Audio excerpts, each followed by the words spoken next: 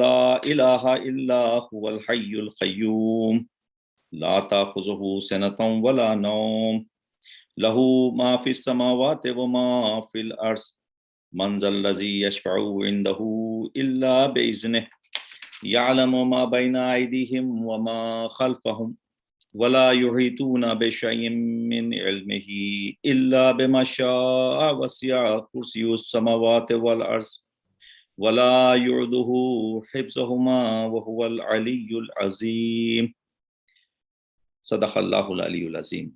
بعض کے اس میں یہ ایک ہی آیت کو آیت الکرسی کہا جاتا ہے، اور بعض روایات میں وہ تینوں آیات بھی شامل ہیں، دوسرے آیات بھی۔ میں اس آیت پر اختتام کرتا ہوں اس وقت، اور اس کا ترجمہ انشاءاللہ ٹو سیو یور ٹائم انشاءاللہ۔ بسم اللہ۔ خدا ہی وہ ذات ہے کہ اس کے سوا کوئی معبود نہیں، وہ زندہ ہے اور سارے جہاں کا سنبھالنے والا ہے۔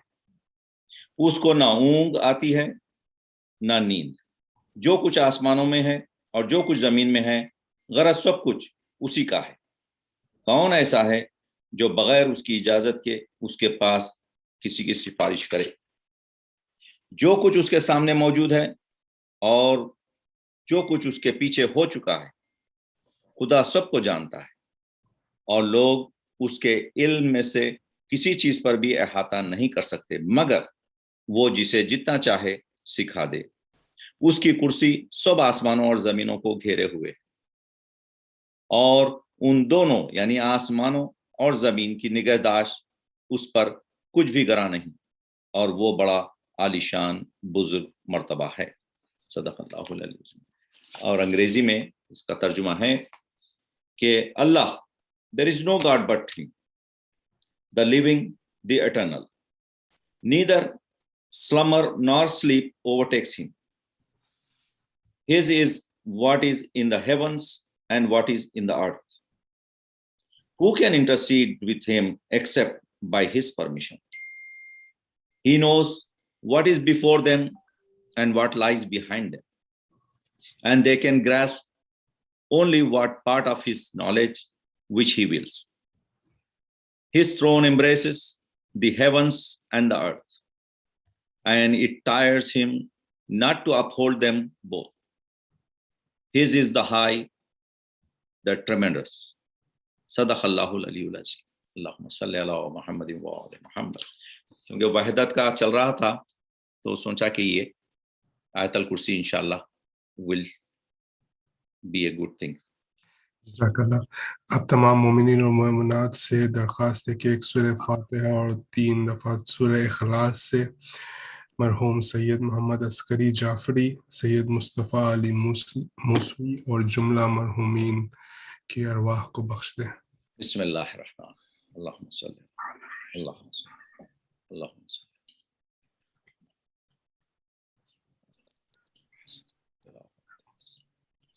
ربنا اغفر لي الحمد للہ۔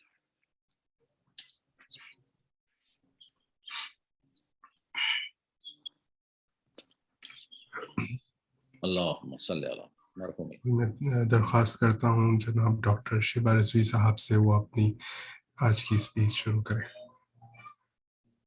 جزاک اللہ۔ یونس بھائی شیئرنگ انیبل کر دیجیے گا۔ جی تھینک یو۔ اعوذ باللہ من الشیطان اللعین الرجیم، بسم اللہ الرحمن الرحیم۔ الحمد للہ الذی لا یبلغہ مدحتہ القائلون ولا يحصي نعماءه العادون ولا يؤدي حقه المجتهدون الذي لا يدركه بعد الهمم ولا يناله غوص الفتن الذي ليس لصفته عد محدود ولا نعت موجود ولا وقت معدود ولا أجل ممدود فطر الخلائق بقدرته ونشر الرياح برحمته ووتد بالصخور ميدان أرضه أول دين معرفته ثم الصلاة والسلام على أشرف الأنبياء والمرسلين خير المبشرين والمنذرين شفيع ذنوبنا وطبيب نفوسنا وحبيب قلوبنا سيدنا ومولانا أبي القاسم محمد اللهم صل على محمد وآل محمد وعلى آل الطيبين الطاهرين المعصومين المظلومين صلوات الله عليهم أجمعين الذين أذهب الله عنهم الرجس وطهرهم تطهيرا اللهم صل على محمد وآل محمد لعنة الله على أعدائهم أجمعين بسم الله الرحمن الرحيم. Dearest Mominin, Mominat, viewers, listeners, friends, brothers and sisters, elders and youngers, Assalamu alaikum wa rahmatullah. Again, I have the honor of being with you during this moment. We're talking about our sermon number 91 from Nahjul Balagha. I have to confess that I'm guilty of not doing something. I usually note down where I stopped on the Sunday, so next Sunday I can continue from there. A lot happens between one Sunday and the next, and it definitely doesn't stay in my fragile brain. And then also this week there was a bit of situation at home, and I think that an emergency, and I forgot everything, and so I have no idea right now. I'm thinking, and I'm guessing as I was looking through this in the morning, I'm thinking we've talked about because I had intended last week to try and wrap this up, but I don't think I did. So it's just blank in my mind, and that usually doesn't happen. But I think it's just been a little bit. It was a bit of a traumatic experience for my brain, so I'm just blank right now. But I believe we had talked about the angels, and I'll definitely move on past there. So you will correct me, of course, and guide me as needed. Please do. And I will continue from a part of the same sermon in description of earth and its spreading on water. This is towards the end of the sermon now, so it's been a journey, I know, but it is, after all, Amirul Mu'mineen's words, and these words we know require lifetimes, and still we do not even complete an iota of the meaning behind it. So Bismillah ar-Rahman ar-Rahim, Allah spread the earth on stormy and tumultuous waves. And now we're talking about the formation of the earth. And we can see here that we're looking at a focus on water. And water, earth, and air are three primary components that make our planet. Allah subhanahu wa ta'ala, Amirul Mu'mineen, is saying that there were swollen seas and where waves clashed with each other and high surges leaped over one another. And when we look at this, what we see is that it's a discussion on the liquid form of Earth. When Earth was still in liquid form, we know that it eventually solidified. And so as the stormy water was subdued by the weight of the Earth, and when the Earth pressed it with its chest, shooting agitation eased. The description is incredible because it's not only describing it in the form of physics, it's describing it with a physical reality as if one is seeing it. So that's why it would be easy to assume that the person who said this has seen it as it was being made. Otherwise, these descriptions, in theory, when a scientist is theorizing upon how the earth is made, then, I mean, if you look at the description of the Big Bang given by physicists, for example, you will see, formulas, you will see a discussion on heat and expansion and cooling and energy, but this poetry, and to compare it to a camel, to compare it to where it says, and then subdued by the earth, and the earth pressed its chest against its shooting agitation. These descriptions are telling us that the one who is speaking is also aware of what the earth was feeling at that time, what the water was feeling at that time. Our idea of life is very limited. It is based upon using gadgets or observing to see if there is life. So what we do is when we observe something, we say there is life. For us, life in biology is defined in different ways. And biologists define life because of certain characteristics. So we know that when something grows, reproduces, takes nutrients, uses energy, produces waste, these are characteristics we say, this is alive. that is alive. And it's limited to our biological specimens. So the idea of when we look at the earth being alive, the mountains speaking, the clouds obeying Allah, everything doing sajda, that is not from biology. So we don't need to see biological evidence to call something alive. Hayat, according to the Quran and what we see from what Allah has given hayat to, is in everything. Everything that exists, it has been given an essence, a zat, an inner entity, something that says I am. So there is a place within us that from where we say I am, it is separate from our biology. And so what happens is after we are biologically gone is just one aspect of our existence. If we go back to the world of microbiology, we see that scientists were debating at one point whether viruses are alive or not. Even though now anybody who talks about a virus, they would not consider it ever as not being alive. Say, of course, COVID, it's alive, it's everywhere, it's caused much death. So when we look at viruses, are they alive? Are they not alive?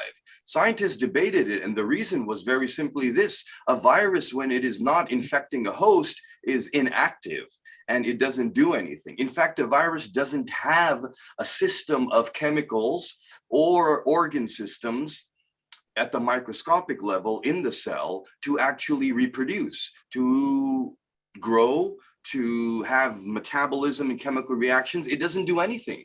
It's basically dead. It just sits there. But when it's inside a human cell, it comes to life. So then we see it produces and it multiplies and all of that happens. So again, we were basing it on seeing certain characteristics, but when the virus was inert, we didn't see them. And then when it goes into the host, we see it. So we say, okay, it is alive. It's alive, but it can hibernate. So that's where a virus in one state was considered dead, in another state alive. But in both states, it was equally alive. If we look at the universal concept of existence in life, it had hayat. So in the same way, if our body is not showing biological signs of life, we're still alive, because when Allah creates that zat that says I am, that is forever existing. And it is separate from our biology. That means our heart and brain could stop, but that thing is still alive. Now, nafs, ruh, zat, there's different components, but zat is separate from nafs and ruh, and zat is your I am, the seat from where we say that. There is something that has a consciousness. It's aware, and it contemplates, and it responds, it obeys, it disobeys. So because of that, when you look at the earth, you look at the clouds, the mountains, the star, the sun, they have that entity within that says, I am. So that's why if the sun speaks when Allah asks it to speak, we should not be surprised. If Amirul Mu'mineen says salam to the sun, then we should not be surprised if it replies. So basically what we see is that the earth and the water were battling each other. In a sense, they were coming to a balance, really. And it says, and when the earth rolled on with its shoulder bones, the water meekly submitted. So what we see is that then the earth started to dominate the water. And the earth meaning the solid ground, took places on the globe, and then water was distributed in between that. So even though water is more abundant and 70% of it, what we see is the earth is the dominating force. In the development of it. Water is very destructive and it is a dominant force in itself, but we're talking about the development of the earth. Thus, after the tumult of its surges, it became tame and overpowered. And this is the water that became tame and overpowered. So it stopped erupting, and it ended up establishing certain places in the earth. And an obedient prisoner of the shackles of disgrace. So this is something that I can't even begin to understand. But Amirul Mu'mineen is talking about that will of water and what water wanted to do and what earth wanted to do and what Allah commanded it to do.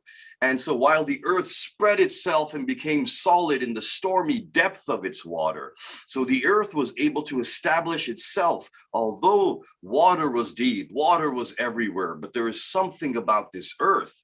And so again, the earth is what a human is made of.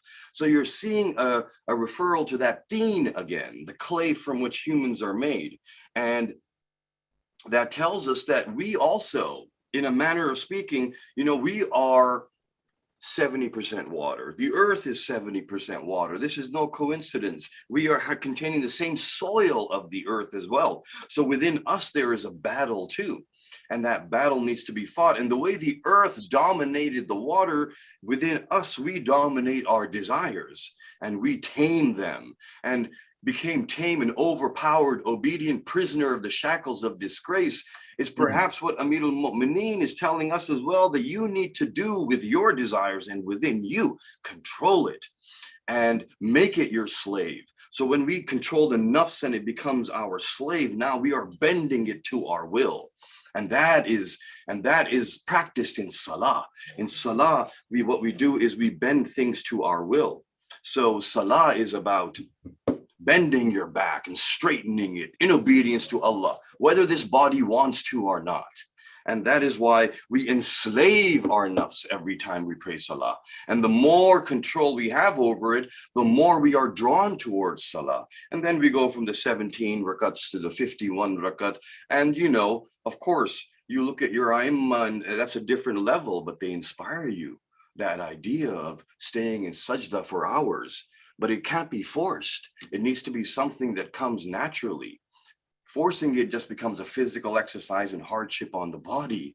But when one is in sajda and one doesn't want to get their head up because of the bliss they are feeling, that in itself is incredible. The earth put an end to the pride, self-conceit, high position, and superiority of the water, and muzzled the intrepidity, I don't think I've ever used that word, of its flow. So it was intrepid. I've used intrepid, but as a noun.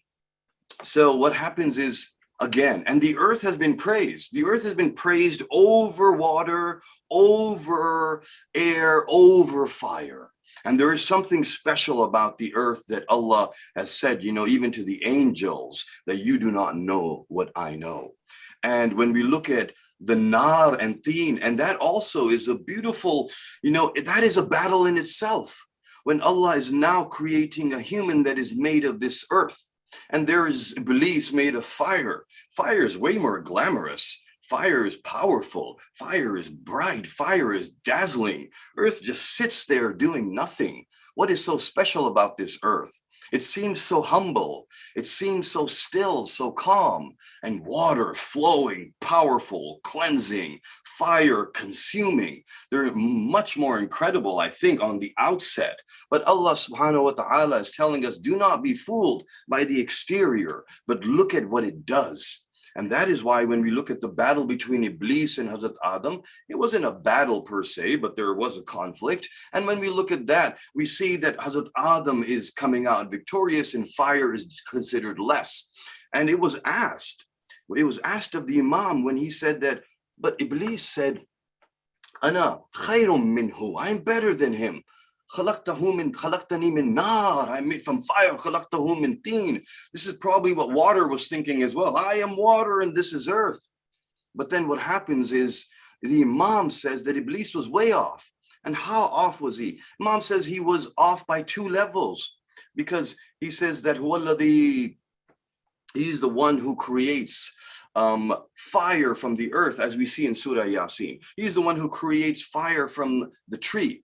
And so, yes, absolutely, he creates fire from a tree because a tree has wood, and wood can be lit on fire. So fire itself, and when you look at fire, the Imam says that the tree grows from the earth and fire comes from the tree.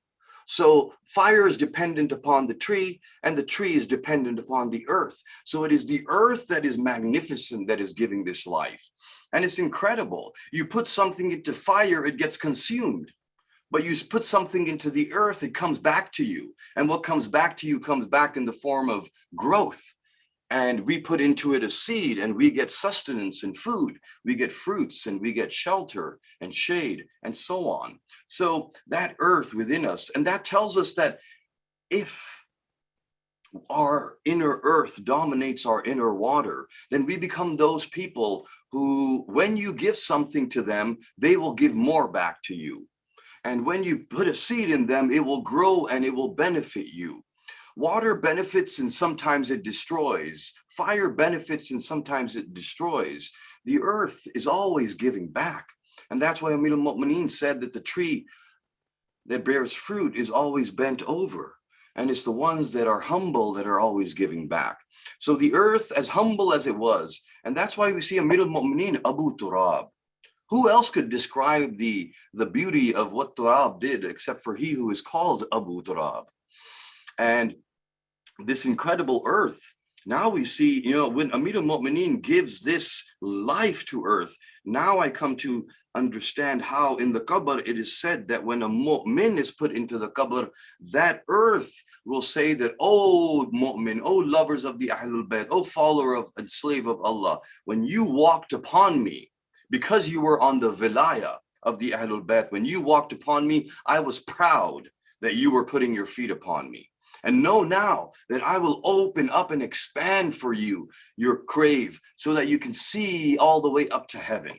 And so this earth is an incredible friend of ours. It is related to us because we have what the earth has within us. The earth has what we have, same proportion of water and earth.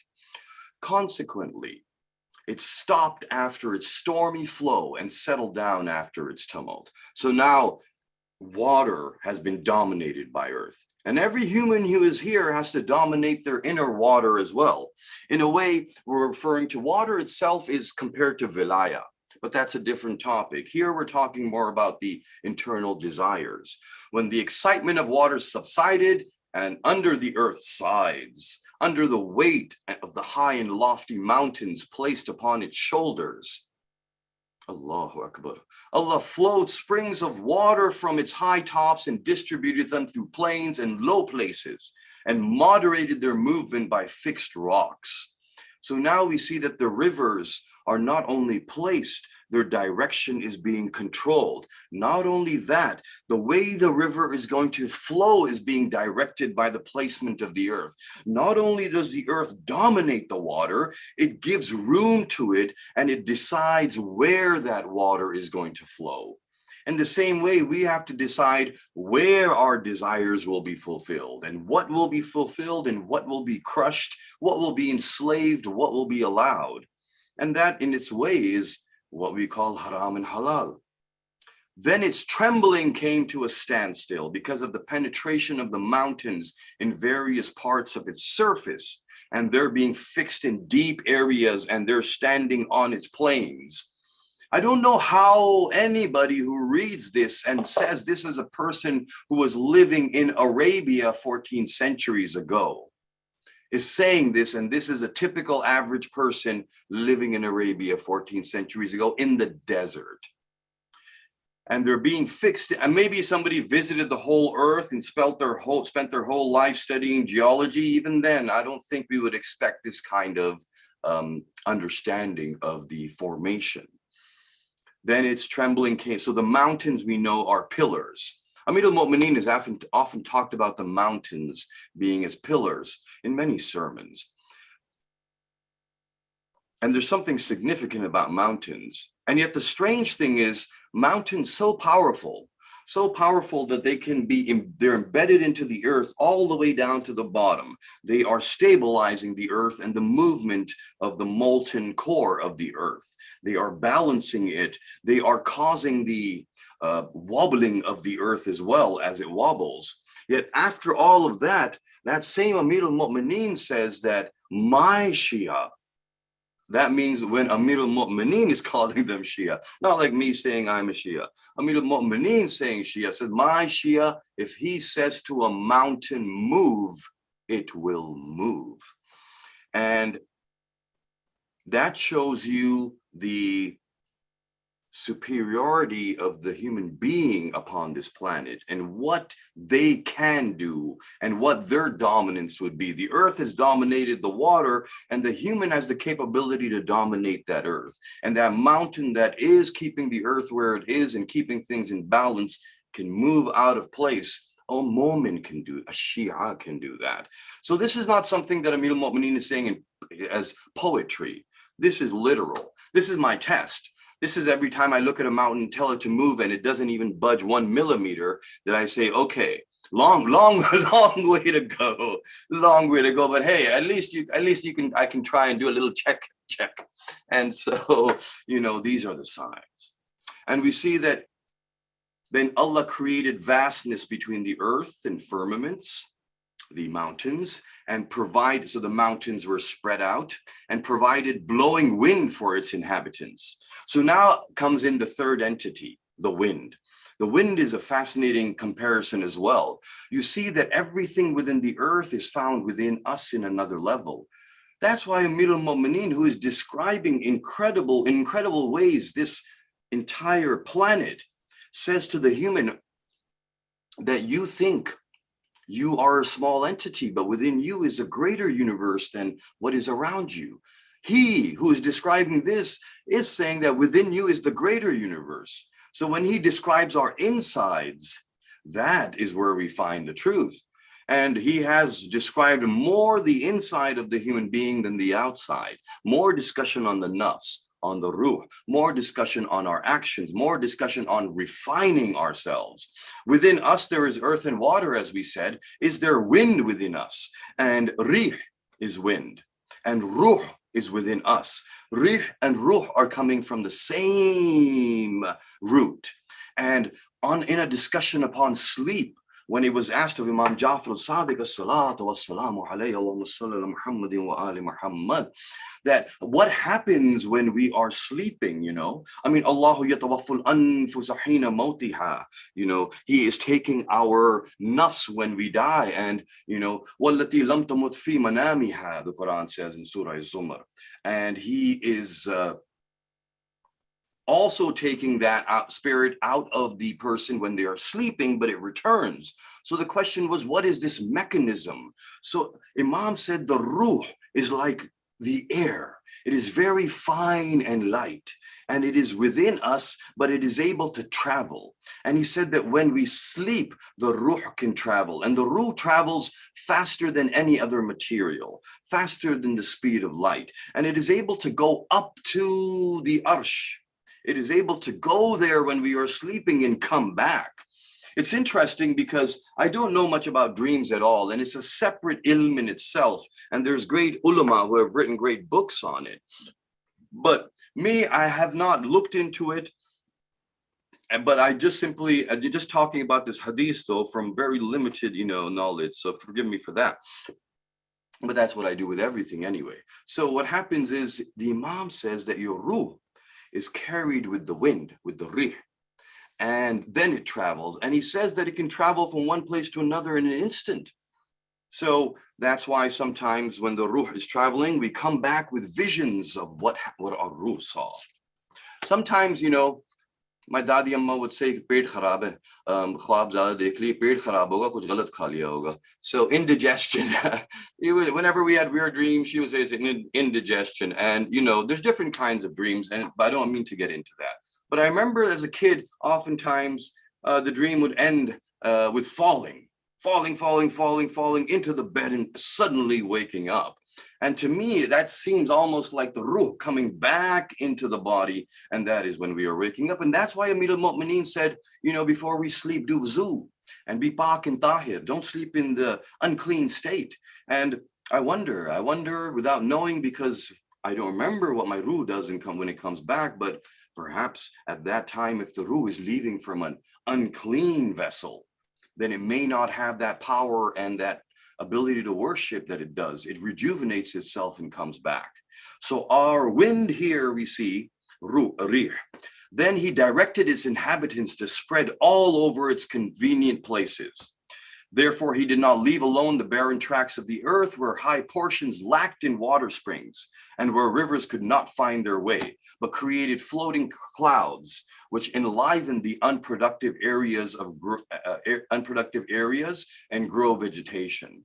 So incredibly, the wind was also used now to control the water. So after the earth had controlled the water, water was perfectly distributed.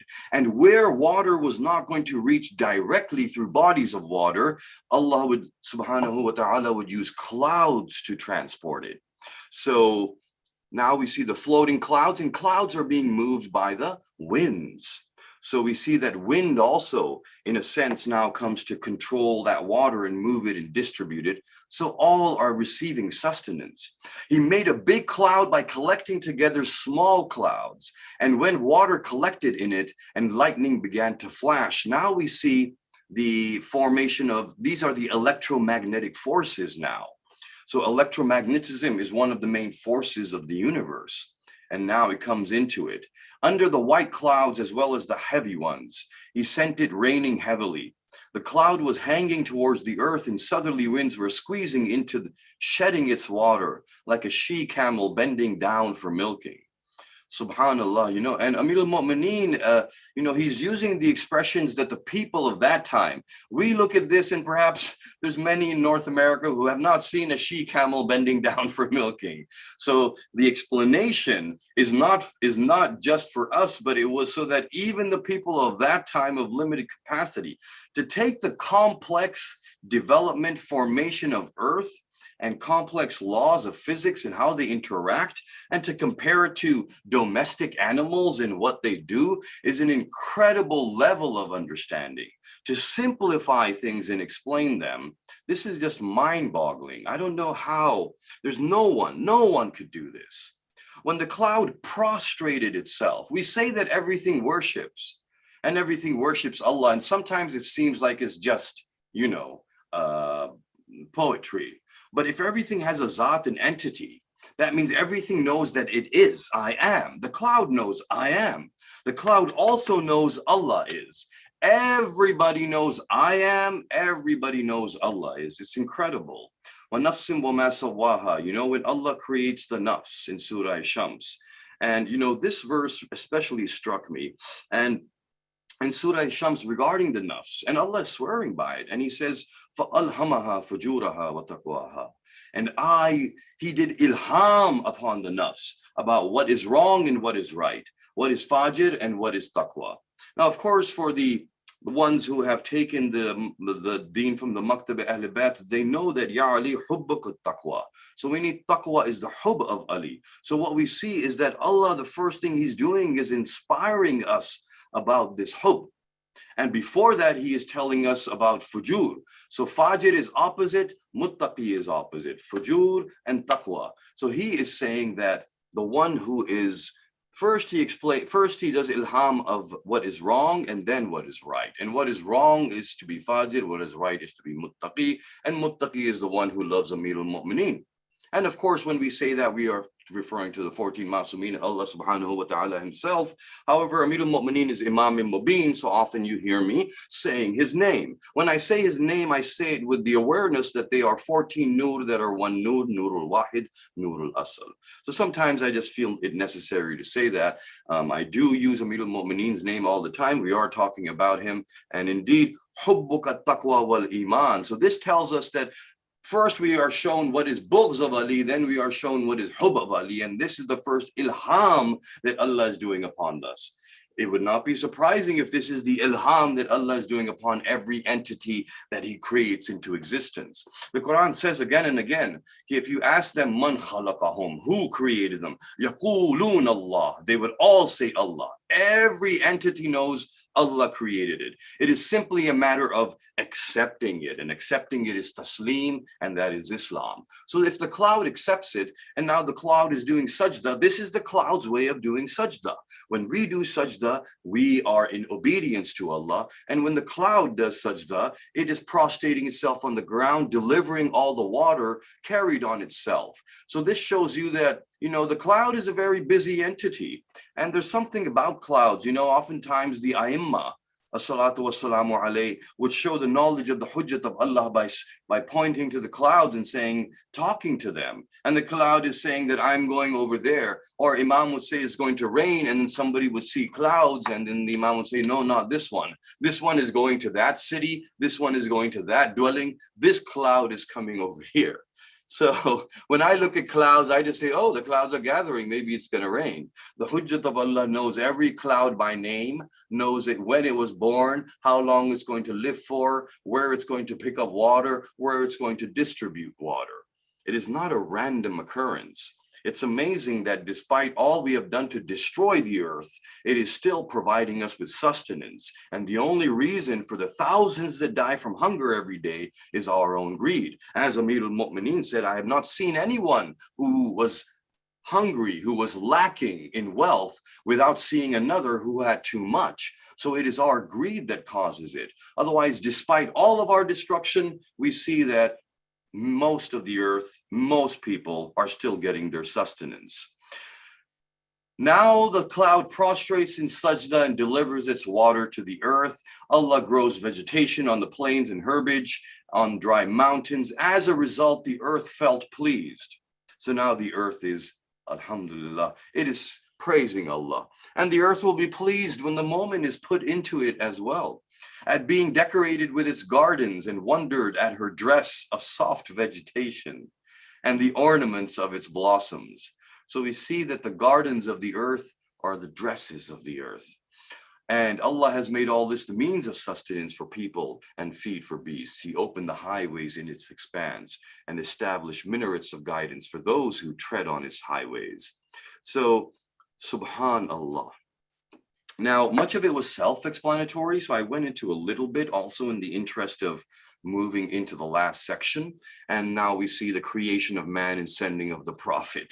So we began with the beginning, and now we come to our current time. When he spread out the earth and enforced his commands, he chose Adam alayhi salam as the best in his creation and made him the first of all creation. He made him to reside in paradise and gave him ample sustenance in it. So Hazrat Adam is in heaven. We're all aware of that story. Also instructed him regarding what he had prohibited him. So now we see, don't go. Don't go near that tree. That seems to be the only prohibition. We do not see any other prohibition upon Hazrat Adam except for this one. And he told him that proceeding towards him meant his disobedience to Allah, and endangering his own position. So we danger our status when we are disobedient to Allah, and Allah has deemed it necessary to test us with obedience and disobedience. This testing of disobedience and obedience is for our own good. It does not benefit him in any way. Nothing can benefit or harm him. So why is it for our own good that we obey or disobey Allah? Very simple. The simple reason is that whatever we do will be in obedience or disobedience to somebody. Everything we do, any action that I'm doing, is either going to be in obedience to this person or that person or that person.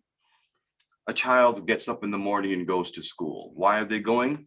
They're obeying the laws of society, and their parents are telling them. That's why they go. Some of them might go for themselves, but most are going for that reason. They get to school. Now in school, they're going to play this game or that game. They're going to do this or that. Why is that happening? Well, that is happening because their friends are telling them. So now they're obeying their friends. You might say, no, they want to do it. Okay, so you obeyed your parents, you obeyed your friends, or you wanted to do it. And what does that mean? Now you're obeying yourself. You see, show me one action you can do without being in obedience to something, to somebody. You have to listen to somebody. That's why it was said that, in the time when your imam is in ghaibat, then find an alim who is going to give you the ahadith or narrations, who is going to provide you with that hidayah, that guidance, who is going to keep you fearful of Allah, who is going to keep you in hope of mercy for Allah, who's going to spread all that find them and then hold on to them. So we have to obey somebody. Anything I'm doing, right now, if I'm sitting here and we're speaking together, all of us here, either we're doing it because we want to do it. In that case, we are obeying ourselves, or we are doing it because Allah wants to do it. In that case, we are obeying him. Now, sometimes there's no conflict. So if we accept this, we can go into more examples, but if we accept that everything we do is an obedience to something. When I eat, it may be an obedience to my hunger. So every little thing, and obedience to our desires, we do some things for. We do some things because we're obeying greed, our inner greed. We're doing some things because we're obeying our inner anger. We do some things because we are perhaps, anyway, moving on. So too many examples there. Sometimes, and that's what Allah subhanahu wa ta'ala says, there is your will and my will. And you will try to exert your will, but what will be fulfilled is my will. But if you sacrifice your will for my will, then I will fulfill your will as well. Now, what happens is there might be something. What is the difference between, a guna and something for sawab? If someone is indulging in guna, that means that I am enacting my own will, obeying myself, indirect disobedience to Allah. In that case, my will is opposite of what Allah has commanded. So now we see there's a clash. Is it possible that everything I do may be in obedience with Allah? Can I take my chahat, my desire, and make it his chahat? Now, his chahat was to be recognized. He wanted to be known, because that was important for his creation to know him. Because if they didn't know him, there would be no rulership and there would be chaos and all of us would be battling each other. But when we know him, then we come under one umbrella and we live together in harmony. For peace and harmony and growth, it is essential that we must know him. If we don't, that's what's happening on the reason why everything that is happening on the earth is happening in all of this. We are in a horrible state. In terms of economics, in terms of the wars, in terms of politics, a horrible state. We should not be like this after spending so many thousands of years in growing our civilization. But when the hujjat comes, then we will see what happens when we come under the rulership of one God. So obedience necessary for peace and harmony, and he wants to be known so that we know him, and then we are enacting that in peace and harmony. And in order to do that, he has sent his representatives, the Ahlul Bayt, who will be the means to know him. So therefore he wants, what is his will now? Know the Ahlul Bayt, know them, and you will come to know Allah. And that's why their ita'at is wajib. Bibi Sayyida Salamullah alayha, Allahumma salli ala Muhammadin wa ali Muhammad. We see in Khutbatul Fadak, the famous khutbah, which is called Khutbatul Fadak, but it has very little to do with Fadak. You will see only a few lines regarding Fadak. Khutbatul Fadak is the entire purpose of creation. It is Tawheed, it is Nabuwat, it is Imamat, it is Adl. She talks about religion, she talks about everything. She explains all of it. Khutbatul Fadak, if that was the only khutbah we got, that would have been enough for you to be on your Iman and Aqidah till Yawm al-Qiyamah, no problem. So, in that khutbah, she says, our ita'at, she explains why it was wajib. Our ita'at was considered wajib for your unity. So if we are not unified, we are not under their ita'at, that means. And so obedience, so necessary. Is it possible that I can will what Allah wills and now our will is the same? That means if I am sitting in a club in the downtown place partying, then my will is in direct disobedience and clashing with Allah's. If I'm sitting in a masjid, in an imam barga, if I'm reading the Quran, reading about the maktab of Ahlul Bayt, listening to a sermon regarding the maktab of Ahlul Bayt. Now, am I not doing exactly what Allah desires? His will and my will become one when I am praying salah, when I am giving to the poor, when I am spending time with my parents, when I am looking at a mu'min and smiling and greeting them and helping them. Now we are completely one. Now our will and his will becomes one. So the idea is to crush our own will and to become one with his will. And that's why we see he commands obedience. So it became essential to take this one with free will, to allow them to exert their free will for the benefit of everyone and themselves and not to harm each other. So to tame that, free will is so powerful that it needs to be tamed. so that it is used for good. Any power needs to be tamed so it is used for good. So he had to test with disobedience. That became essential. So this means we have to have something that you are told not to do.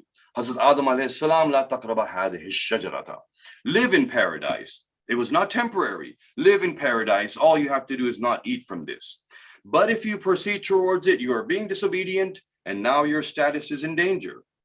So your status will increase the more obedient you are, and it's in danger the more disobedient we are.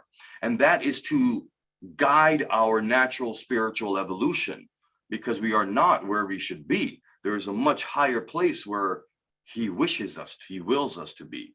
But Adam did what he did, alayhi salam, and refrained from that, just as Allah knew beforehand.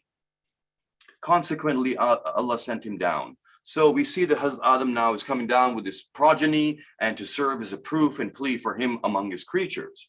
So how does Hazrat Adam disobey? Hazrat Adam disobeyed Allah by obeying another.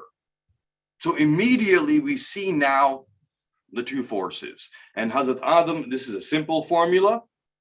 Allah's obedience was something else. He obeyed another. You might say that it was not obedience to Iblis, but it was what Iblis suggested.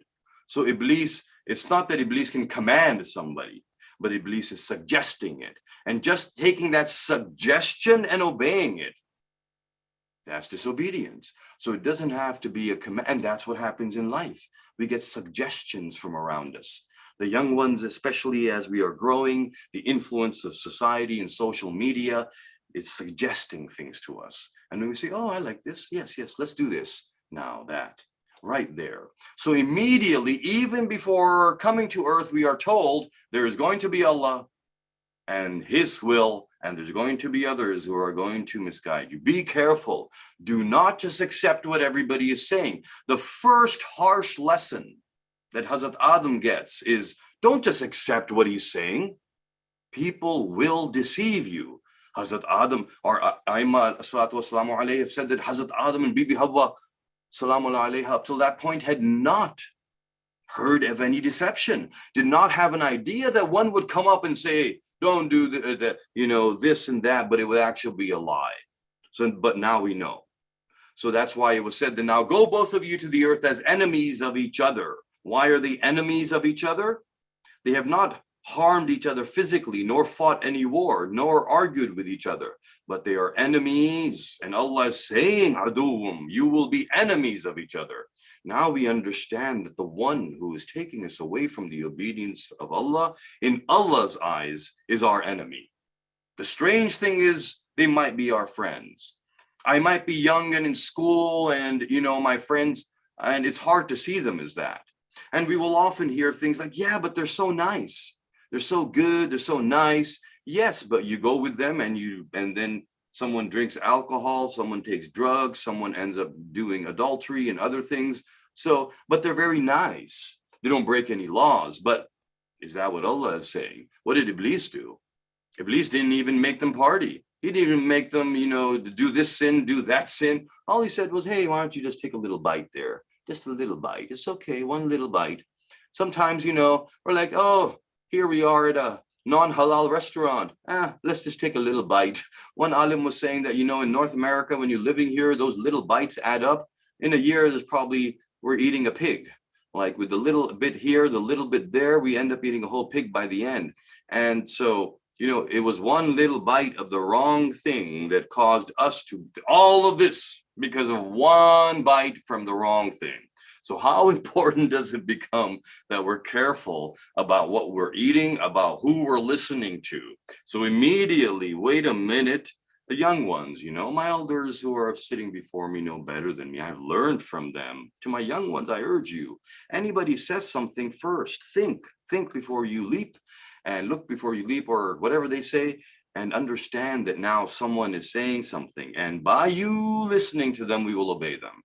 I was a young one who was easily influenced. I remember my influences, this person says, hey, this is, it would be like, this is cool, man. And I would be 12 years old saying, yes, this is cool. And now suddenly I'm going that way. So that is what we need to be careful of. But Adam Hazrat Adam alayhi salam was deceived by Iblis. Consequently, Allah sent him down after accepting his repentance to populate the earth. So Hazrat Adam came to come as was supposed to happen. Even when he made Hazrat Adam die, everyone reaches that point where now they move on. He did not leave them without one who wouldn't serve among them as proof and plea for his Godhead, the Hujjat of Allah.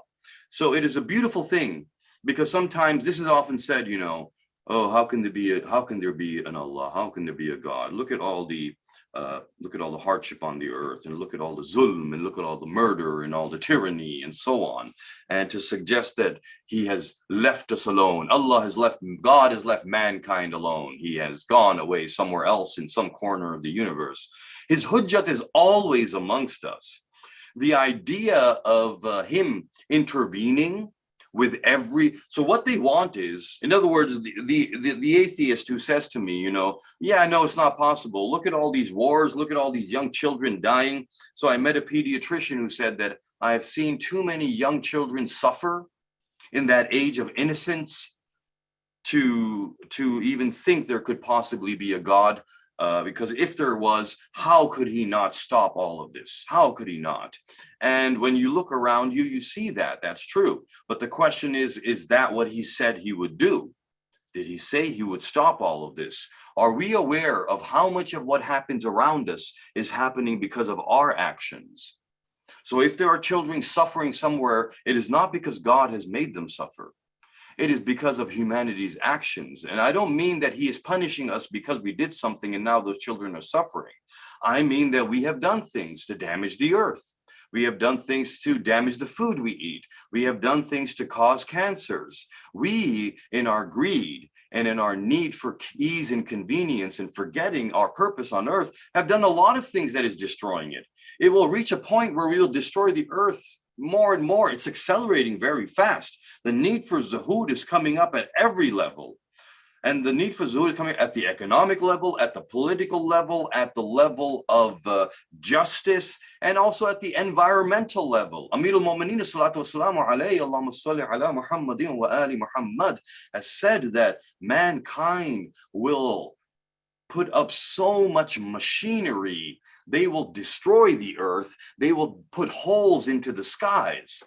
So that is happening now. We're worried about our ozone. Who can save us? No. Switching to electric cars, all this drama that we're doing right now, all of this will take centuries. It will be the hujjat of Allah subhanahu wa ta'ala that can save us. If you want to save the environment, it's very easy. All of humanity doesn't need to switch to hybrid. All of humanity doesn't need to switch to bicycles. All of humanity needs to cry for the hujjat of Allah. That is what we need to do. If 6 or 7 billion people did, he would be here. He is already here. All we mean is now he would come, he would show himself. We would be able to see him. And then he would manifest the rules of Allah. So he provided to them proofs, to everybody, of his hujjat. And they bore his message age after age till the process came to the end with our last Khatim al-Nabiyyin, Sayyid al-Mursalin, Muhammad al-Mustafa, sallallahu alayhi wa alihi wa sallam. There is a little bit more. Well, I tried. But salam hai us hasti par कि मैं सोच रहा था कि जब कोई अपना जाता है इस दुनिया से तो हम अपने को याद तो करते रहते हैं, लेकिन जब बहुत दुख होता है तो थोड़ी देर के लिए भुला देते हैं. ये भुलाना भी अल्लाह की रहमत है, वरना शायद जिंदा नहीं रह सकते. लेकिन घर के अंदर बाहर उस जाने वाले की कुछ चीजें नजर आ जाती हैं. कहीं लिबास नजर आ गया, कहीं कोई और चीज नजर आ गई, देख के वो याद आते हैं और दिल में गम आ जाता है. सलाम है उस सज्जाद पर कि दुनिया वाले तो कभी कोई जगह देख के याद कर लेते हैं, दुनिया वाले कभी अपने जाने वाले का कोई और चीज देख के याद कर लेते हैं, कभी कोई लम्हा सोच के. सलाम है उस सज्जाद पे कि बाद करबला कभी बाजार से गुजरते थे तो कसाई की दुकान को देख के करबला याद आ जाती थी. कहते थे, हाय मेरे बाबा, क्या तुमने इसको पानी दिया था ज़िबा करने से पहले? जानवर ज़िबा होता हुआ देख के जिसको अपने بابا یاد آ جائیں، یہ تصور کرنا ناممکن ہے. جس کو پانی دیکھ کے کون روتا ہے. ہائے سجاد کے وضو کا پانی سامنے آئے تو آنسوؤں سے بھر جائے کہ دوبارہ سے پانی لایا جائے. اللہ اکبر. انگوٹھی دیکھ کے کون روتا ہے؟ لیکن سید سجاد اپنی انگوٹھی دیکھ کے رو رہے تھے. پوچھنے والے نے پوچھا کیا بات ہے مولا؟ کہا اس انگوٹھی پہ نگ دیکھ رہے ہو، اس نگ کے برابر بھی میرے بابا پہ کوئی جگہ سالم نہ بچی تھی. تم پوچھتے ہو کتنے زخم تھے میرے بابا کے، اس انگوٹھی کے برابر بھی جگہ سالم نہ بچی تھی. 900 تو ہم کہہ دیتے ہیں، نہ جانے کتنے زخم تھے. ارے یہ تو سجاد سے پوچھو کتنے زخم تھے، یہ تو اس زینب سے پوچھو کتنے زخم تھے بھائی کے جسم پہ، کہ جو کہہ رہی تھی کہ اے نانا جان، کیا یہ میرا حسین ہے جو خاک و خون میں غلتا ہے؟ سید سے سجاد کہا کرتے تھے میرے بابا کو 70 قبائل نے، 23 ممالک نے، لوگوں ہزاروں لاکھوں نے مل کے مارا ہے. کہا جس کے پاس تلوار تھی تلوار سے، ورنہ نیزے سے، تیر سے. کہا کہ میرے بابا کو عصا سے مارا گیا. حیران ہوئے، کہا عصا تو دین کا حصہ ہے، عصا تو جمعے کے خطبے کے وقت ہوتا ہے، عصا سے کس نے مارا ہوگا؟ امام نے کہا 400 بلائے ہوئے تھے بنی امیہ کے فوج میں، جو کہ نماز پڑھانے کے لیے امام لائے ہوئے تھے. وہ 400 عصا لے کے آگے میدان میں کہ اب وقت عصر نماز کا وقت ہو گیا ہے، جلدی حسین کو مارو. فَسَيَعْلَمُ الَّذِينَ ظَلَمُوا أَيَّ مُنْقَلَبٍ يَنْقَلِبُونَ أَلَا لَعْنَةُ اللَّهِ عَلَى الْقَوْمِ الظَّالِمِينَ. اللهم صل على محمد وآل محمد عجل فرجهم.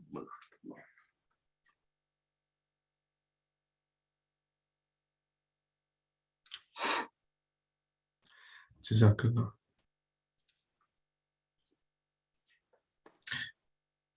آپ تمام حضرات سے پھر ایک مرتبہ درخواست ہے سورہ فاتحہ کی، 3 مرتبہ سورہ اخلاص. مرحوم سید محمد عسکری جعفری، سید مصطفیٰ علی موسوی اور جملہ مرحومین کی ارواح کے لیے ارشاد. بسم اللہ.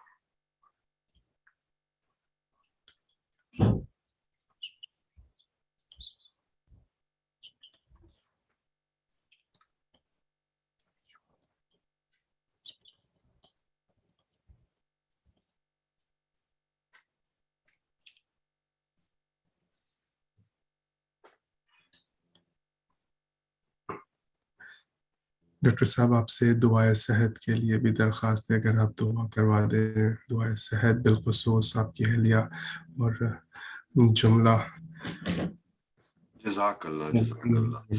جو اس وقت علیل ہے. جو علیل ہے، تمام حاضرین کے عزیز و اقربا و جاننے والوں میں جو علیل ہیں، سب کو ذہن میں رکھتے ہوئے بسم اللہ الرحمن الرحیم. أَمَّن يُجِيبُ الْمُضْطَرَّ إِذَا دَعَاهُ وَيَكْشِفُ السُّوءَ أَمَّن يُجِيبُ الْمُضْطَرَّ إِذَا دَعَاهُ وَيَكْشِفُ السُّوءَ أَمَّن يُجِيبُ الْمُضْطَرَّ إِذَا دَعَاهُ وَيَكْشِفُ السُّوءَ أَمَّن يُجِيبُ الْمُضْطَرَّ إِذَا دَعَاهُ وَيَكْشِفُ السُّوءَ أَمَّن يُجِيبُ الْمُضْطَرَّ إِذَا دَعَاهُ وَيَكْشِفُ السُّوءَ.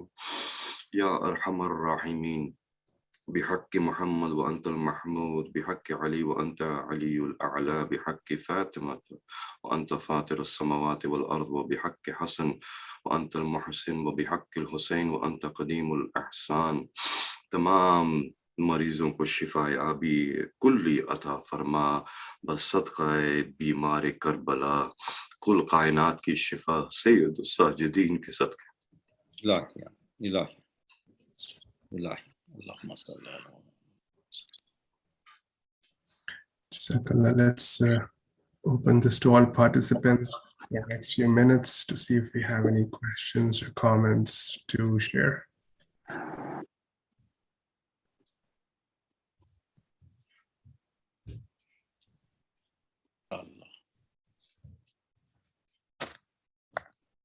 السلام علیکم ورحمۃ اللہ. وعلیکم السلام. وعلیکم السلام. کیسے ہیں باصاحب؟ الحمدللہ. آغا آپ کی زیارت کے بہت خوشی ہوئی، افتخار ہے ماشاءاللہ آپ کے اس قدر عمدہ بیان سے ہم جاہلین مستفید ہوتے ہیں. اللہ آپ کو سلامت رکھے اور آپ کی فیملی سب کو خدا جو ہے نا دنیا و آخرت میں کامیابی عطا فرمائے انشاءاللہ. جزاک اللہ. ایک ہی آپ سے معروضہ تھا کہ یہ آپ نے امام زمانہ کے ظہور کے لیے بہت اچھی باتیں بتائی ہیں، تو ایک تھوڑی سی گائیڈ لائن دے دیں کہ ہمارے انڈیویجولی طور پہ ہم اپنے امام کے ظہور کی تعجیل کے لیے اور امام کے لیے آنے والی نسلوں کی تیاری کے لیے ایک چند جملے میں گائیڈ لائن دے دیں تو مہربانی ہوگی. تمام سے دعا. جزاک اللہ. میرا خیال ہے عباس صاحب کے اس چیز کے لیے تو آپ سے اچھا کوئی ہے ہی نہیں. میں کیا کہوں گا، 2-3 باتیں جو آئی تھنک ینگسٹرز کے لیے یعنی کہ جو بیسک جہاں سے شروعات کرنی چاہیے.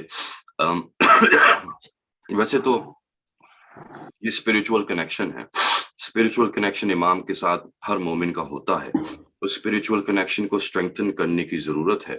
جب کہا کہ آپ کے امام ایسے ہی ہیں اجل اللہ فرجہم شریف، جیسے کہ سورج بادلوں کے پیچھے، تو ہم یاد رکھتے ہیں کہ بادل کوئی بہت زیادہ پردہ نہیں ہے تو ہم سمجھیں کہ ایسا ہے. پردہ بہت ہی ہلکا معمولی سا کہا ہے. عجیب بات ہے. یعنی کہ امام چاہتے تو کیا کیا مثالیں دے سکتے تھے، کون کون سے پردے، کیا کیا حجابات ہو سکتے تھے، لیکن آپ کے اور آپ کے امام کے درمیان بس ایک بادل ہے. اور بادل ایسا ہوتا ہے کہ سامنے پیچھے سورج نظر آ رہا ہوتا ہے. یعنی کہ پتہ ہوتا ہے کہ سورج ہے، نظر نہیں آ رہا لیکن پتہ ہے کہ ہے.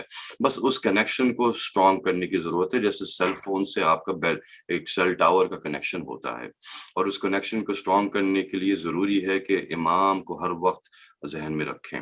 تو اسپریچولیٹی سائڈ تو اپنی جگہ ہے اور بہت طویل ٹاپک ہے. پریکٹیکلی اسپیکنگ اگر ہم بات کریں تو انشاءاللہ امید ہے کہ ہر نوجوان جو ہے دعائے عہد پڑھتا ہے بعد نماز فجر.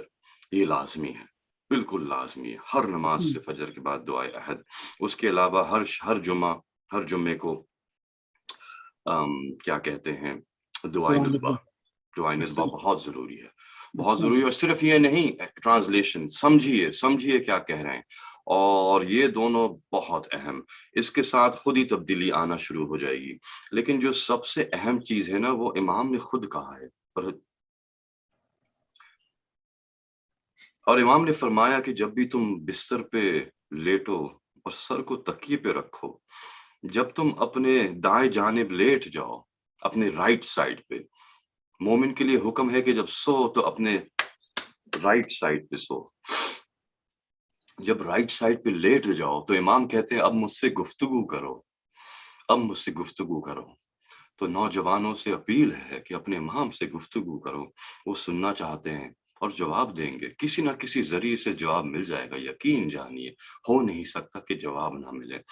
اپنے امام کو اپنی پریشانیاں بتائیے، اپنے امام کو اپنی مشکلیں بتائیے. کیسے نہیں ہوگا کہ نماز فجر سے پہلے آپ کا حل نہ ہو جائے. ارے نماز فجر سے پہلے کیا، امام تو کہتے ہیں تلوار تمہاری گردن پہ ہو اور دھار محسوس ہو رہی ہو، اس وقت مجھے پکارو، کیا میں تمہیں بچاؤں گا نہیں. ارے جو صاحب الوقت الزمان عصر الزمان ہو. تو بس یہ چیزیں ہیں. اور عہد کو ٹرانسلیشن کے ساتھ پھر کیا ہوگا کہ آپ کو احساس ہوگا کہ آپ کس کے ماننے والے ہیں. اور صرف یہ نہیں، آپ نے اوتھ لیا ہے اور اس اوتھ پہ آپ کو پورے دن باقی رہنا ہے. اب اگلے دن پھر رینیو ہوگا یہ اوتھ. تو بس بہت طویل ٹاپک ہے اور ظاہر ہے کہ باز صاحب نے بہت اہم ہمیشہ کی طرح چیز کو چھوا. بس یہ 2-3 چیزیں میں نے کہا نوجوانوں کے لیے. جزاک اللہ. احسان، شکریہ آغا جان. بس ایک چھوٹا سا کامنٹ تھا کہ یہ آپ نے دعا ندبہ کا ذکر کیا، خدا آپ کو سلامت رکھے.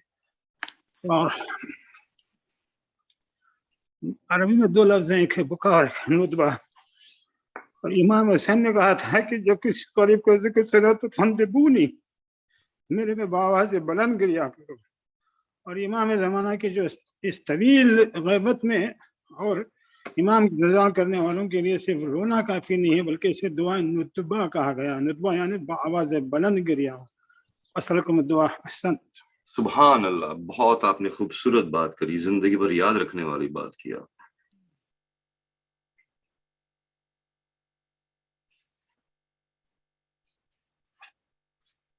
جزاک اللہ. questions for today. Inshallah, we'll see you all next week.